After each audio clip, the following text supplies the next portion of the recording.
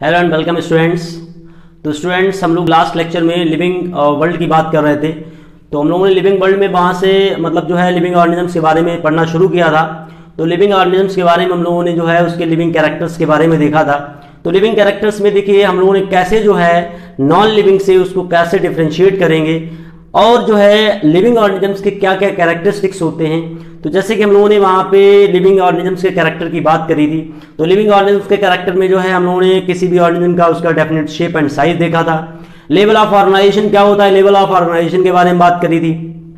उसके अलावा जो है मैंने बहुत सारे जो है अदर कैरेक्टरिस्टिक्स के बारे में लिखा था। जैसे मेटाबॉलिज्म के बारे में बताया था मैंने, जो है वहाँ पे ग्रोथ एंड डेवलपमेंट के बारे में जिक्र किया था, रिप्रोडक्शन था। उसके अलावा जो है एडॉप्टेशन के बारे में है, होम्योस्टैसिस है, ठीक है। उसके अलावा जो है आपका एजिंग है, डेथ है, कॉन्शियसनेस है। तो आज जो है रिमेनिंग कैरेक्टर्स के बारे में हम लोग आज बात करने वाले हैं। तो लास्ट लेक्चर में हम लोगों ने जो है ऑर्गेनिजम्स का लेवल ऑफ ऑर्गेनाइजेशन देख लिया था कि किसी भी ऑर्गेनिजम्स में लेवल ऑफ ऑर्गेनाइजेशन क्या होता है और नॉन लिविंग में भी लेवल ऑफ ऑर्गेनाइजेशन क्या है। तो हम लोगों ने जो है वहां पे बात कर ली थी इसके बारे में।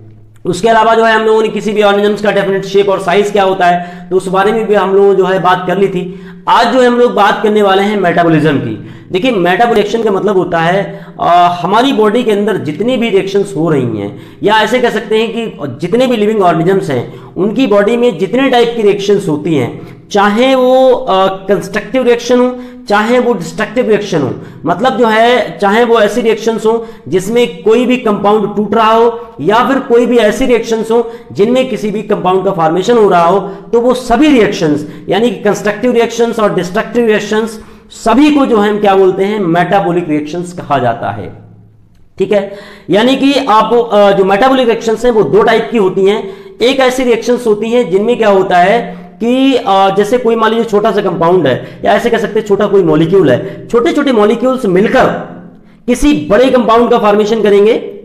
यानी कि यहां पे क्या हो रहा है, यहां पे कंस्ट्रक्शन हो रहा है, यानी कि किसी बड़े कंपाउंड का फॉर्मेशन हो रहा है या फिर ऐसे कह सकते हैं कि किसी नए मॉलिक्यूल का फॉर्मेशन हो रहा है। तो ऐसे मेटाबॉलिज्म को हम बोलते हैं एनाबॉलिज्म। मींस कंस्ट्रक्टिव पाथवे, यानी कि किसी चीज का फॉर्मेशन हो रहा है, किसी चीज की सिंथेसिस हो रही है। इसी तरीके से जो दूसरा प्रोसेस होता है, इसमें क्या होता है कि कोई छोटा सा मान लीजिए कोई कंपाउंड है या कोई बड़ा कंपाउंड है, छोटा कुछ भी मान लीजिए, उसमें क्या होता है कि वो कंपाउंड जो है ब्रेक हो जाएगा और ब्रेक होकर छोटे छोटे मॉलिक्यूल्स में टूट जाएगा। ठीक है, यानी कि उसकी जैसे मान लीजिए कोई कंपाउंड है, जैसे ग्लूकोज है मान लीजिए, तो ग्लूकोज क्या होगा, ग्लूकोज वाटर और CO2 में टूट जाएगा, प्लस उसके साथ साथ जो है बहुत सारी एनर्जी निकलेगी। तो जब ऐसी रिएक्शन हमारी बॉडी के अंदर होती है, किसी भी ऑर्गेनिजम्स के बॉडी के अंदर होती है, तो ऐसी रिएक्शंस को हम बोलते हैं कैटाबॉलिज्म, यानी कि डिस्ट्रक्टिव पाथवे। और इसका सबसे बढ़िया एग्जांपल है रेस्पिरेशन। तो रेस्पिरेशन में क्या होता है कि जो ग्लूकोज होता है, ग्लूकोज का कंप्लीट ऑक्सीडेशन होता है, तो फिर जो है वहां पे हमको क्या मिल जाता है, हमको मिल जाता है वहां पे CO2 मिलता है, प्लस जो है हमको वाटर मिल जाता है। इसी तरीके से एनाबॉलिक का अगर हम एग्जांपल देखेंगे, एनाबॉलिक का सबसे अच्छा एग्जांपल जो है फोटोसिंथेसिस है। उसमें क्या होता है, CO2 और वाटर मिलकर क्या बना लेते हैं, कार्बोहाइड्रेट मॉलिक्यूल बना लेते हैं। ठीक है, वहां पर क्या हो रहा है, किसी चीज की सिंथेसिस हो रही है। यहां पर क्या हो रहा है, कोई कंपाउंड टूट के छोटे छोटे मॉलिक्यूल्स में बिखर जा रहा है, प्लस जो है वहां पे बहुत सारी एनर्जी का फॉर्मेशन भी हो रहा है। ठीक है, means catabolic process are also known as exergonic reactions. ठीक है, और जो एनाबॉलिक प्रोसेस होते हैं या एनाबॉलिक रिएक्शंस होती हैं उनको हम बोलते हैं एंडरगोनिक रिएक्शंस। ठीक है, तो चलिए देखते हैं। यहां पे मैं आपको एक रिएक्शन के द्वारा समझाना चाहूंगा। देखिए, मेटाबॉलिज्म,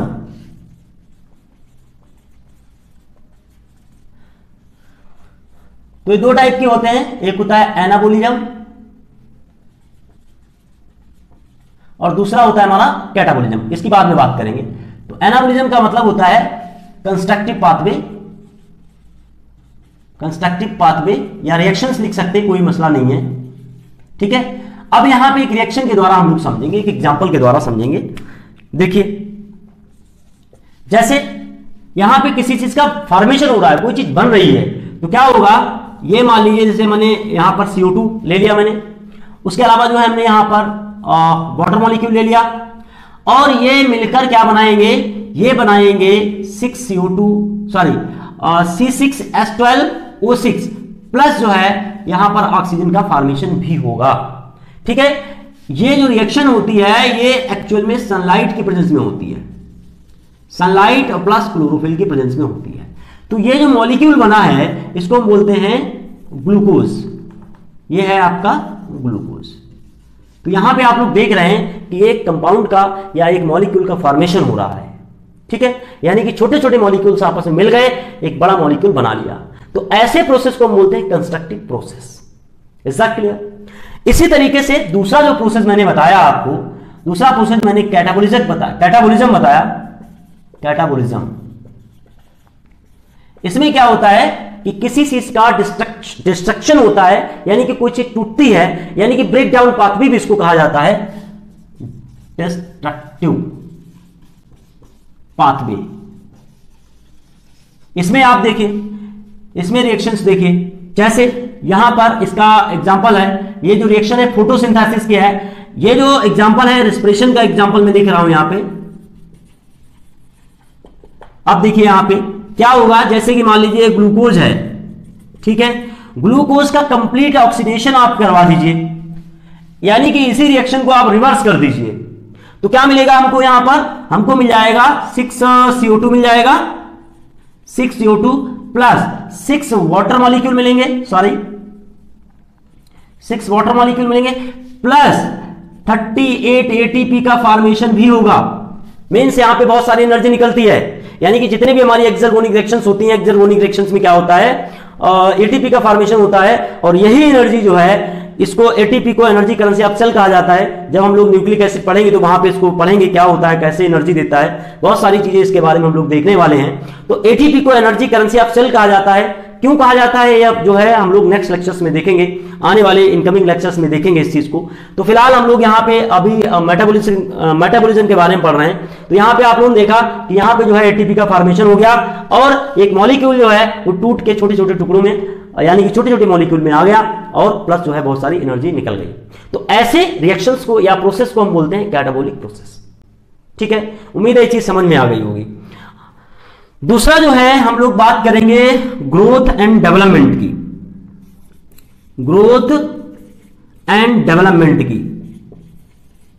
डेवलपमेंट। तो अब जरा यहां पे ध्यान से समझिए, देखिए क्या होता है, ग्रोथ की अगर हम स्पेशली बात करते हैं, यहां पर ग्रोथ का अगर हम बात करें तो क्या होता है, ग्रोथ जो है मेटाबॉलिज्म का एक रिजल्ट है, ठीक है, यानी कि growth is the end product of successful metabolism.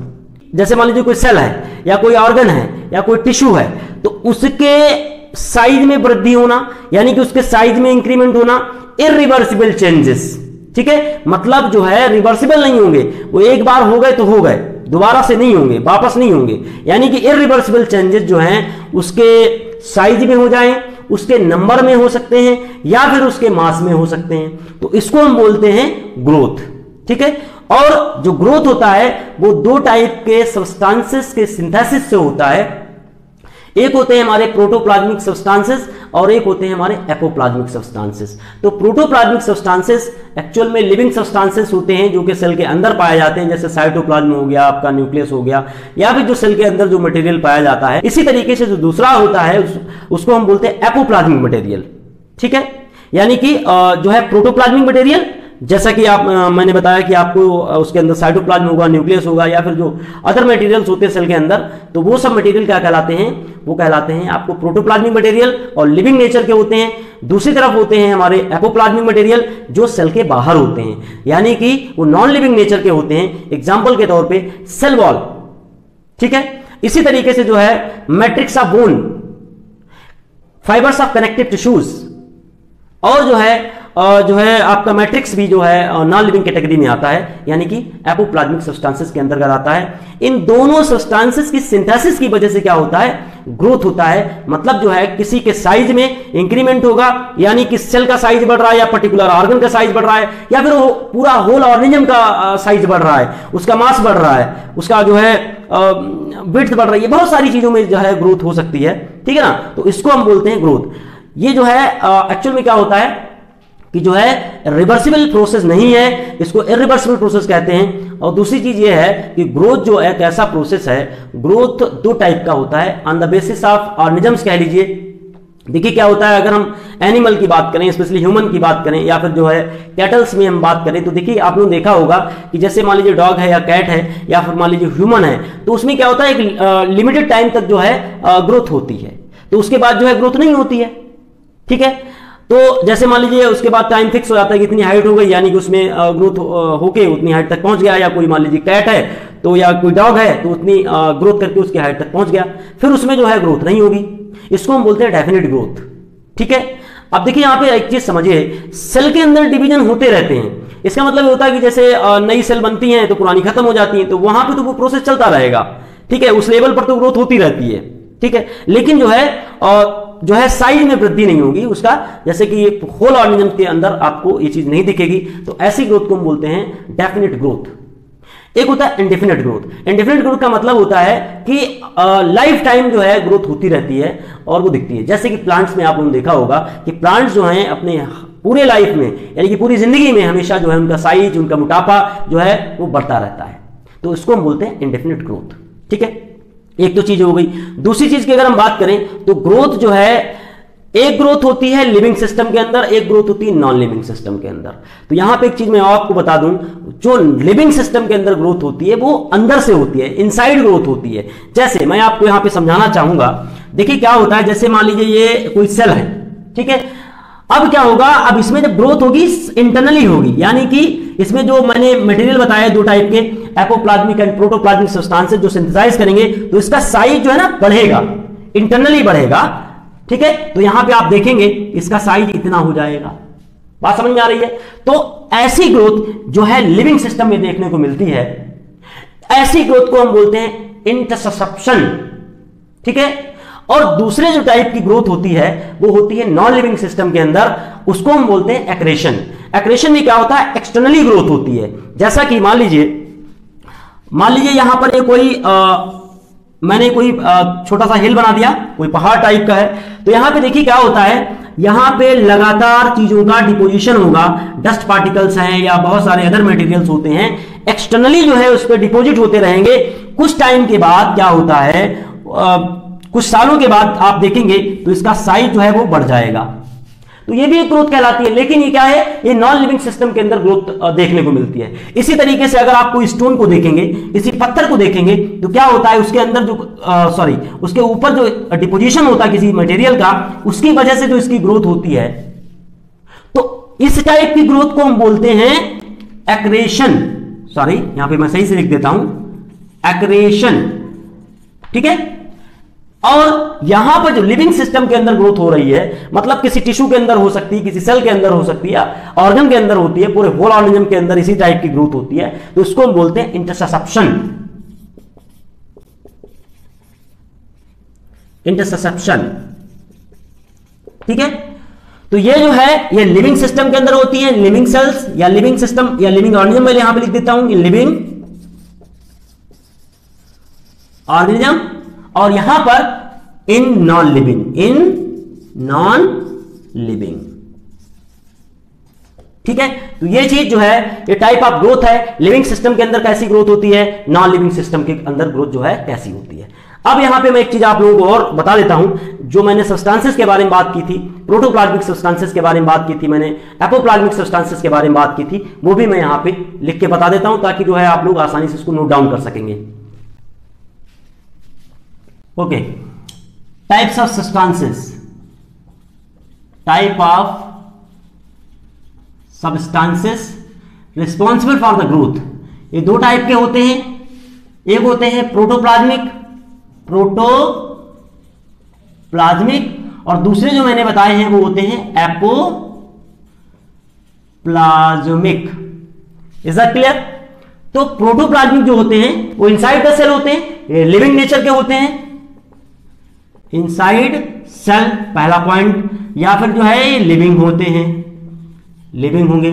तो इसमें एग्जांपल आप देख लीजिए, जो है साइटोप्लाज्म हो जाएगा, जो है उसके अंदर न्यूक्लियस होता है, या इसके और भी बहुत सारे अंदर मटेरियल हैं, यानी कि सेल के अंदर के जो मटेरियल है वो सब लिविंग होते हैं, तो वो प्रोटोप्लाज्मिक मटेरियल में आ जाएंगे। इसी तरीके से सेल के बाहर के जो मटेरियल हैं वो किस में आ जाएंगे, एपोप्लाज्मिक मटेरियल में आ जाएंगे। एग्जाम्पल यहां पे देख लीजिए, पहले यहां पे मैं लिख देता हूं outside the cell, outside the cell, पहली चीज ये हो जाएगी। और दूसरी चीज क्या है, ये नॉन लिविंग होते हैं, नॉन लिविंग होते हैं। लेकिन एक चीज है, नॉन लिविंग तो होते हैं लेकिन ये सेल के द्वारा ही सिक्रीट किए जाते हैं, ठीक है। जैसे cell wall, fibres of connective tissues, fibres of connective tissues, bone of matrix, bone of matrix, ये सब क्या है, ये आपका नॉन लिविंग मटेरियल है लेकिन ये कैसा है, सेल के द्वारा ही सिक्रीट किया जाता है, डिफरेंट टाइप की सेल्स के द्वारा ही सिक्रीट किया जाता है। उसके अलावा जो है कार्टिलेज, कार्टिलेज, तो ये जो मटेरियल है ये सब क्या है, नॉन लिविंग मटेरियल है, सेल्स के द्वारा सिक्रीट होते हैं लेकिन ये अपोप्लाज्मिक सब्सटेंसेस कहलाते हैं, ठीक है। तो उम्मीद है ये दोनों चीजें आपको समझ में आ गई होंगी। नेक्स्ट पॉइंट की तरफ हम लोग बढ़ते हैं, डेवलपमेंट की तरफ बढ़ते हैं। तो डेवलपमेंट देखिए क्या होता है, जैसे कि आप लोगों ने यहां पे देखा, ग्रोथ को मैंने बताया कि ये इरिवर्सिबल चेंजेस होते हैं। और उसके अलावा जो है डेफिनेट ग्रोथ क्या होती है, इनडेफिनेट ग्रोथ के बारे में हम लोगों ने बात करी। तो यहां पे आप लोगों ने एक चीज देखी होगी, जो ग्रोथ है, ग्रोथ जो है एक्चुअल में क्वांटिटेटिव चेंजेस है, यानी कि उसकी क्वांटिटी में बदलाव हो रहा है, ठीक है। डेवलपमेंट जो है, डेवलपमेंट क्या होता है, डेवलपमेंट के अंदर दोनों टाइप के चेंजेस होते हैं, यानी कि development means qualitative and quantitative changes is called development, ठीक है। तो ये चीज डेवलपमेंट के अंदर हो जाएगी, यानी कि कोई भी ऑर्गेनिजम्स के पूरे जीवन में क्या उसके अंदर बदलाव हो रहे हैं, यानी कि उसकी क्वालिटी क्या बदल रही है, उसके साइज में इंक्रीमेंट क्या हो रहा है, यानी कि उसकी क्वांटिटी में क्या बदलाव हो रहा है। तो quantitative and qualitative changes is called development. Is that clear? Okay, next point हमारा है रिप्रोडक्शन। रिप्रोडक्शन देखिए, अगर हम रिप्रोडक्शन की बात करते हैं तो रिप्रोडक्शन एक्चुअल में एक ऐसा प्रोसेस है, रिप्रोडक्शन से क्या होता है कि एक ऐसा बायोलॉजिकल प्रोसेस है जिसके द्वारा कोई भी ऑर्गेनिज्म, किसी भी टाइप का ऑर्गेनिज्म, चाहे वो सिंगल सेल्ड ऑर्गेनिज्म हो, चाहे वो मल्टी सेल्ड ऑर्गेनिज्म हो, यानी कि मल्टी सेलुलर ऑर्गेनिजम्स हो, सभी में क्या होता है, सभी ऑर्गेनिजम्स जो हैं वो अपनी लाइफ को, यानी कि अपनी जनरेशन को आगे बढ़ाने के लिए एक ऐसे प्रोसेस को परफॉर्म करते हैं जिससे कि क्या होता है कि उनकी संतानों की उत्पत्ति होती है, उनके ऑफस्प्रिंग्स का फॉर्मेशन होता है, ठीक है। तो इस प्रोसेस को हम बोलते हैं रिप्रोडक्शन। तो ये रिप्रोडक्शन जो है from lower organisms to higher organism तक में देखने को मिलता है। मींस जो है रिप्रोडक्शन के द्वारा कोई भी ऑर्गेनिजम्स अपनी जनरेशन को कंटिन्यू करता है।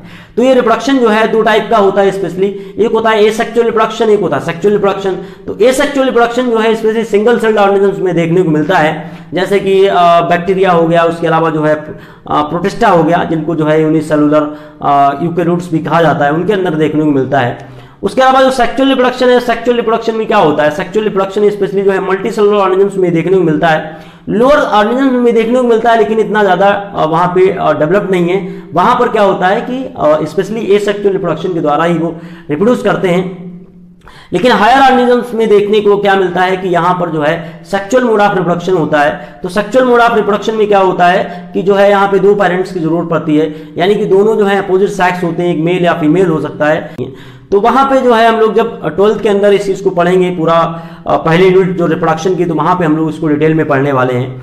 बाकी जो है रिप्रोडक्शन से आप सिर्फ इतना समझिए कि एक ऐसा फिनोमेना है, एक ऐसा बायोलॉजिकल प्रोसेस है जिसके द्वारा कोई भी ऑर्गेनिजम्स जो है अपनी जनरेशन को आगे बढ़ाता है, ठीक है।